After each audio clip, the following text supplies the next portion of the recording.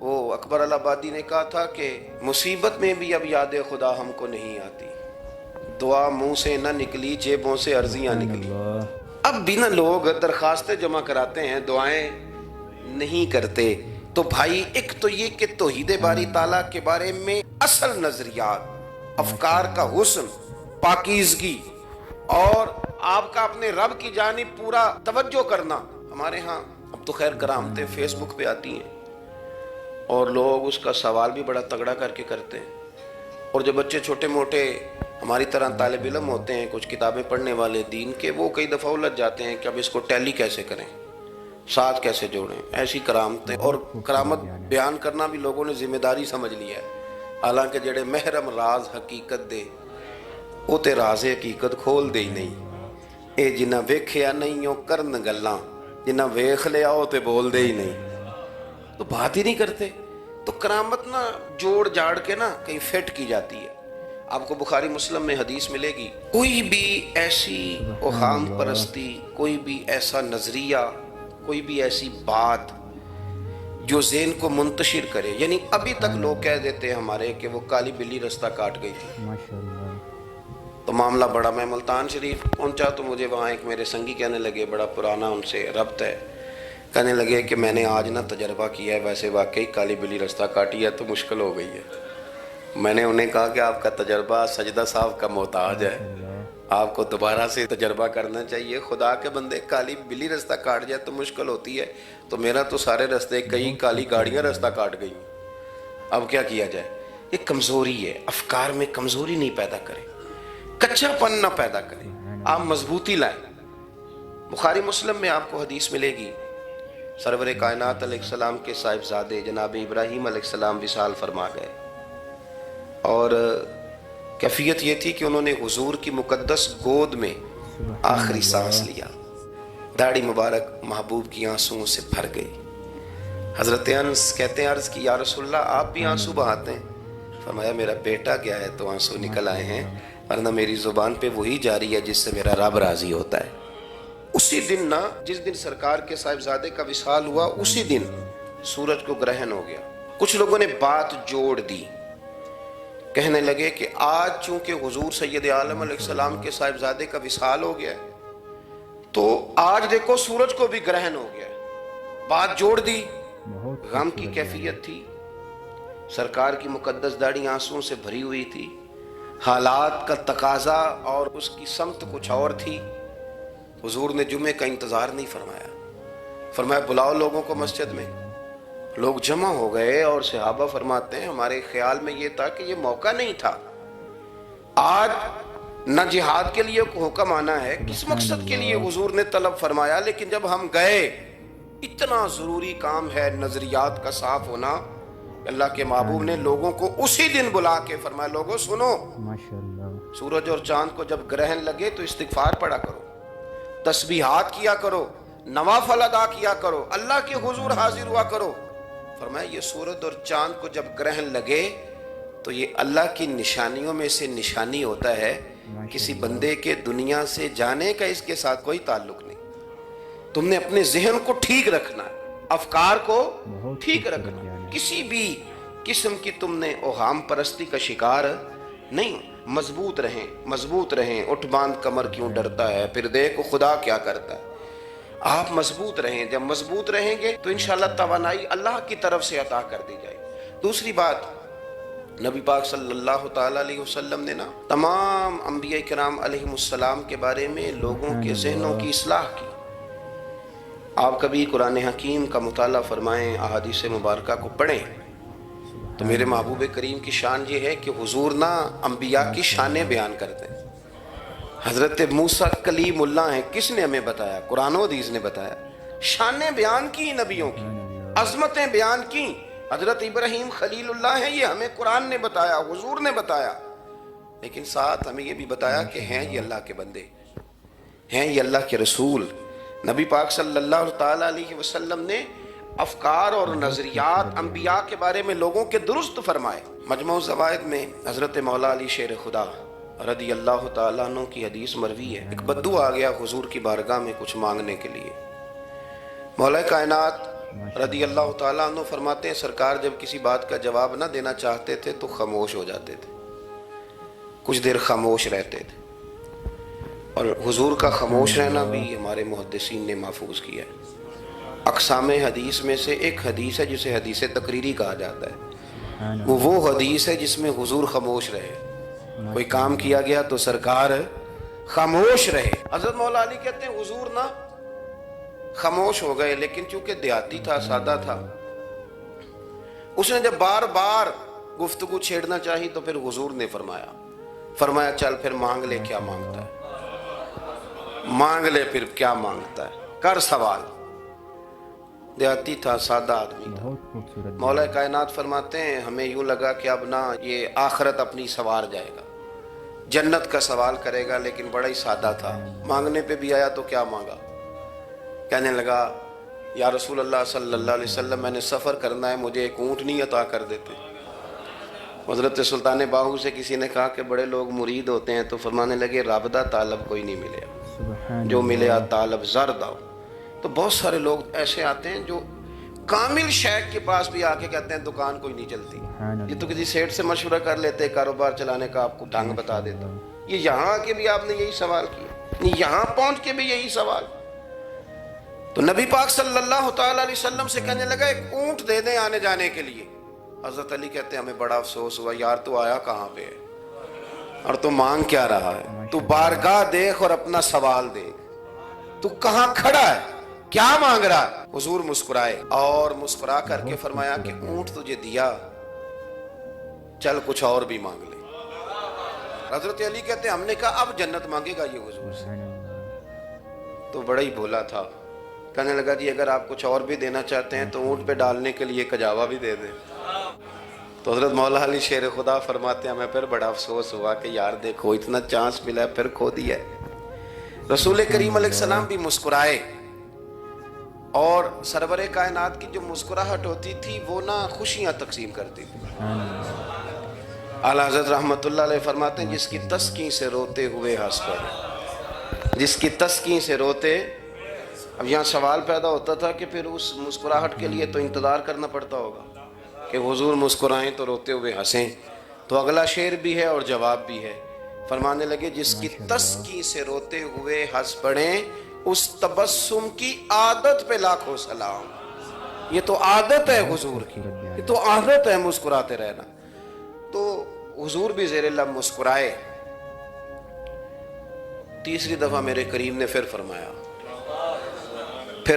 فرمایا چل مانگ لے کچھ، تجھے ایک چانس اور دیتے ہیں۔ پر مولا کائنات فرماتے ہیں بڑا ہی بھولا تھا، تیسرا چانس ملا، گویا گولڈن چانس ملا، لیکن پھر بھی وہیں کا وہیں رہ گیا۔ کہنے لگا ٹھیک ہے اگر آپ کچھ اور بھی دینا چاہتے ہیں تو میرا سفر لمبا ہے، آنے جانے کا خرچہ بھی دے دیں۔ اللہ اکبر۔ اب حضور عقائد کی بابت بتانے لگے کہ رسالت کے بارے میں، محبوب کے بارے میں عقیدہ کیسا ہونا چاہیے۔ تو حضور علیہ السلام فرمانے لگے تجھ سے تو وہ بنی اسرائیل کی بڑھیا ہی اچھی تھی۔ یا رسول اللہ صلی اللہ علیہ وسلم کون سی؟ تو حضور فرمانے لگے جناب موسیٰ علیہ السلام کو حکم ہوا ہجرت کریں، تو آپ جانے لگے، تو پھر ارشاد خداوندی ہوا کہ جہاں حضرت یوسف علیہ السلام مدفون ہے، آپ کا مزار پر انوار ہے، اگر آپ کو جانا ہے تو پھر ان کے تابوت کو بھی آپ نکال کر کے ساتھ لے جائیں۔ حضرت سیدنا موسیٰ علیہ السلام نے لوگوں سے پوچھا تمہیں پتہ ہے جناب یوسف کا مزار کہاں ہے؟ کسی کو نہیں پتا۔ ایک بوڑھی اماں ہے ضعیف العمر، اس کو خبر ہے۔ حضرت موسیٰ علیہ السلام نے اس سے کہا اماں تو بتائے گی کہ حضرت یوسف کا مزار کہاں ہے؟ تو کہنے لگی بتاؤں گی پر مفت نہیں بتاؤں گی۔ یہ حضور بیان کر رہے ہیں، بتاؤں گی پر فری میں نہیں بتاؤں گی، میں نا مفت تھوڑی بتاؤں گی۔ فرمایا چل تو اپنی قیمت بتا بتانے کی۔ تو کہنے لگی میں اس شرط پہ جناب یوسف کے مزار کا پتہ بتاؤں گی کہ آپ مجھے جنت میں وہ والا گھر دیں گے جس کے پڑوسی جناب موسیٰ علیہ السلام ہو۔ آپ کے پڑوس میں گھر چاہیے۔ تجھ سے تجھی کو مانگ کے میں نے مانگ لی ساری کائنات، وہ والا مکان چاہیے جس کے پڑوسی آپ ہوں۔ تو حضرت موسیٰ کلیم فرمانے لگے اماں چل جنت مانگ، تو نبیوں کے قریب مکان مانگ رہی ہے، وہ تو بڑا اونچا درجہ ہوگا، تو بڑی دور پہنچ گئی۔ اتنی بڑی سوسائٹی میں پلاٹ مانگ لیا. وہاں پہنچ گئی تو بوڑھی کہنے لگی ٹھیک ہے پھر اگر یہ معاملہ ہے تو پھر ختم ہو گئی بات. اگر آپ نہیں بتاتے تو جائے میں بھی نہیں پتہ بتاتی. جب وہ اڑ گئی, ٹھہر گئی, اور اڑی بھی کس طرح, یہ بھی میرے اللہ کی توفیق. میری طلب بھی تو تیرے کرم کا صدقہ ہے, میری طلب بھی تو تیرے کرم کا صدقہ ہے. یہ پاؤں اٹھتے نہیں بلکہ یہ اٹھائے جاتے ہیں. تو وہ کہنے لگی میں نہیں پھر بتاتی, آپ کسی اور سے پوچھ لیں. جناب موسیٰ خاموش ہوئے تو ارشاد خدا بندی ہوا, کلیم اپنے پڑوس میں مکان دینے کا وعدہ آپ کر لیں اور مکان انہیں میں عطا کر دوں گا. تو حضور سید عالم صلی اللہ تعالی علیہ وسلم نے اس بدو کی موجودگی میں تربیت فرمائی صحابہ کی. یہ چیزیں بھی حضور نے عطا فرمائی. لیکن جب تمہیں کہا جائے مانگو تو پھر یہ کریم رسول کا دروازہ ہے. مانگیں گے مانگے جائیں گے اور منہ مانگی پائیں گے. سرکار میں نہ لا ہے نہ حاجت اگر کی. تو افکار کا حسن, نظریات کی پاکیزگی. ہمارے ہاں نا آج کل جو ہمیں لیکچر دیے جاتے ہیں نا, بالخصوص جو طلباء سائنس پڑھتے ہیں, تو وہ جب سوالات اٹھاتے ہیں تو اس میں کچھ ایسی چیزیں بھی آتی ہیں. یہ ابھی کورونا کے حالات جب پچھلے دنوں چل رہے تھے تو اس وقت 2-3 قسم کے لوگ ہوئے. ایک تو وہ ہوتے ہیں جو بالکل نہیں ڈرتے, کہتے ہیں چھوڑو جو ہوگا دیکھا جائے گا. اور ایک وہ ہوتے ہیں جو اتنا ڈرتے ہیں کہ بیچارے اپنے سائے سے بھی ڈرنے لگ جاتے ہیں. تو یہ دونوں باتیں جو ہیں یہ درست نہیں ہیں. درست کیا ہے کہ آپ احتیاط بھی کریں گے پر بھروسہ اپنے رب کریم کی ذات پر کریں گے, بھروسہ اللہ پر. تو لوگوں کو ڈرایا جاتا ہے اور جو خوف پھیلایا جاتا ہے ہمارے ہاں وہ بڑا عجیب قسم کا انداز ہے. قبر کو کھڑکی کوئی نہیں ہوتی, دروازہ کوئی نہیں ہوتا, آکسیجن کیسے جائے گی. یا آپ کبھی ٹویٹر پر مختلف بڑے لوگوں کے پیغامات دیکھیں تو موت کے بارے میں جب وہ چیزیں شیئر کرتے ہیں تو عجیب سا رنگ اس کا محسوس ہوتا ہے کہ اللہ جانے یہ بیچارہ کہاں کھڑا ہو گیا ہے. اور خوف, اور لوگ اس کا ذہن بنا کے ڈرتے ہیں. ڈرنا چاہیے, ضرور ڈرنا چاہیے, لیکن ایک بات یاد رکھیں, حضرت مولا علی فرمایا کرتے تھے کہ ڈرنا تو اپنے اعمال سے چاہیے اور ان کو درست کرنا چاہیے. ڈرنا تو اس چیز سے چاہیے کہ کیا ہم نے وہ رستہ اختیار کیا ہے جو قبر کو بالکل تنگ کر دے گا, جو جہنم کے گڑھوں میں سے گڑھا بنا دے گا. اگر وہ رستہ ہے اور اس پر آپ چلے ہوئے ہیں, آپ سخت ہو گئے ہیں, آپ نے سوچنا چھوڑ دیا ہے, آپ نے حقوق العباد کے معاملے کو ترک کر دیا ہے, آپ اپنی طبیعت کے لحاظ سے لوگوں کو ستانا مشغلہ بنا بیٹھے, آپ حلال حرام کی تمیز چھوڑ گئے, نگاہوں کی صفائی سے لے کر رزق حلال کو پیٹ میں لے جانے تک اگر غیر محتاط ہو گئے تو پھر تو خوف کھائیں. لیکن یہاں ان نظریات کی بابت جو حضور نے ہماری تربیت فرمائی, تو حضور نے ہمیں یہ نہیں فرمایا کہ میرا مومن ہو تو تم اسے کھڈے میں چھوڑ آؤ گے, ہو زندگی تقوی اور محتاط رہ کر گزارنے والا اور تم اسے کھڈے میں چھوڑ آؤ, یہ نہیں ہے. بلکہ فرمایا جو میرے مومن کی قبر ہوتی ہے روضہ تم من ریاض الجنہ, وہ تم اسے نا کھڈے میں نہیں چھوڑ کے آئے, باغ میں چھوڑ کے آئے ہو. آپ باغ کا تصور کریں پھر قبر کو سوچیں. نہیں, باغ میں چھوڑ کے, اور باغ بھی معمولی نہیں, جنت کے باغوں میں سے باغ, جنت کی کیاریوں میں سے, روضہ تم من ریاض الجنہ. اب ذرا اس اینگل سے آپ اپنی قبر کو سوچیں, اس رویے کے ساتھ. اگر قبر آپ کی جنت کا باغ ہے تو باغ میں جاتے بندہ ڈرتا تو نہیں, اور باغ اتنا حسین ہے کہ جس میں پہلی آنکھ کھلے گی تو پہلی نظر اٹھے گی تو مدینے والے محبوب کا چہرہ نور نظر آئے گا. اتنا شاندار باغ ہے. آپ اس کی رانائی, اس کا حسن اور اس کی خوشبو کو ملاحظہ فرمائیں. تو حضور نے نا ہماری تربیت فرمائی. میں اکثر کہا کرتا ہوں احباب سے کہ انسان 10-15 سال کے بعد پردیس سے واپس لوٹے اور ماں اگر موجود ہو نا گھر میں, اتنا تگڑا استقبال کرتی ہے کہ مزہ آ جاتا ہے. اس کا بس نہیں چلتا, مکان بھی نہیں بنا دے, فلانی چیز بھی نہیں لے آؤ, میرا پتر آ رہا ہے, فلانی بھی. تو سالوں بعد بندہ گھر لوٹے تو ماں اتنا استقبال نہیں کرتی جتنا قبر میں اللہ کی رحمت بندے کا استقبال کرتے.